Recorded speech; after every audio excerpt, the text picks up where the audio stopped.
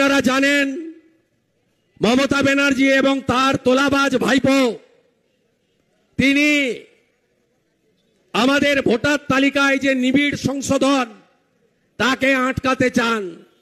কোনো বাংলা বাঙালির গল্প নেই। এরা রোহিঙ্গা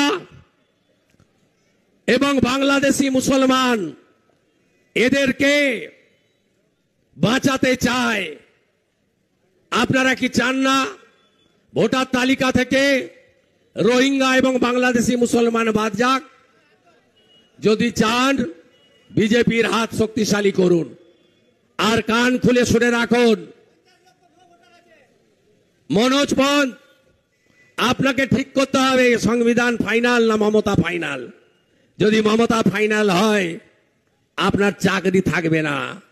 সংবিধানই ফাইনাল আমাদের দেশে। 4টে ক্যাটাগরির নাম ভোটার লিস্টে থাকবে না।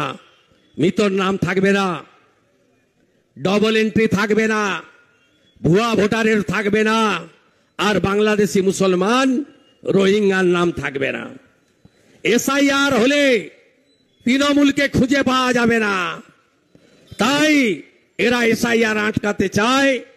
জনগণের উচিত দেশের স্বার্থে, আমাদের এই রাজ্যের স্বার্থে এসআইআর এর জন্য আওয়াজ তোলা। আমি কথা বাড়াবো না।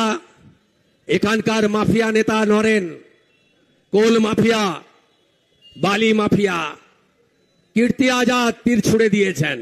ওই চিঠি আর উইথড্র হয় না। বিপদ আপনার আসন্ন। ইসিএল এর একজন মজদুর, নাম তার কল্যাণ মণ্ডল, তিনি কি করে আপনার পিএ হিসেবে কোটি কোটি টাকা তুলছেন এখান থেকে?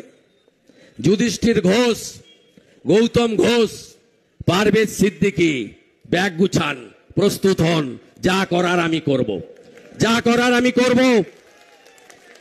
এবং ইসিএল এর যারা দুর্নীতিগ্রস্ত লোকেরা এদের সাহায্য করছেন, আমি কয়লা মন্ত্রী জি কিষেন রেড্ডির কাছেও এই কল্যাণ সহ প্রত্যেকের তথ্য তুলে দেব।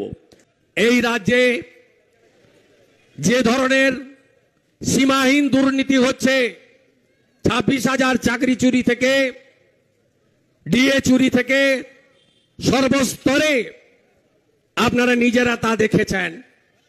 আমি মনে করি আগামী দিনে ভারতীয় জনতা পার্টির নেতৃত্বে পশ্চিমবঙ্গে একটি সরকার প্রতিষ্ঠা করতে হবে, যে সরকার উত্তরপ্রদেশের মতো সুশাসন এবং সুরক্ষা দিতে পারবে।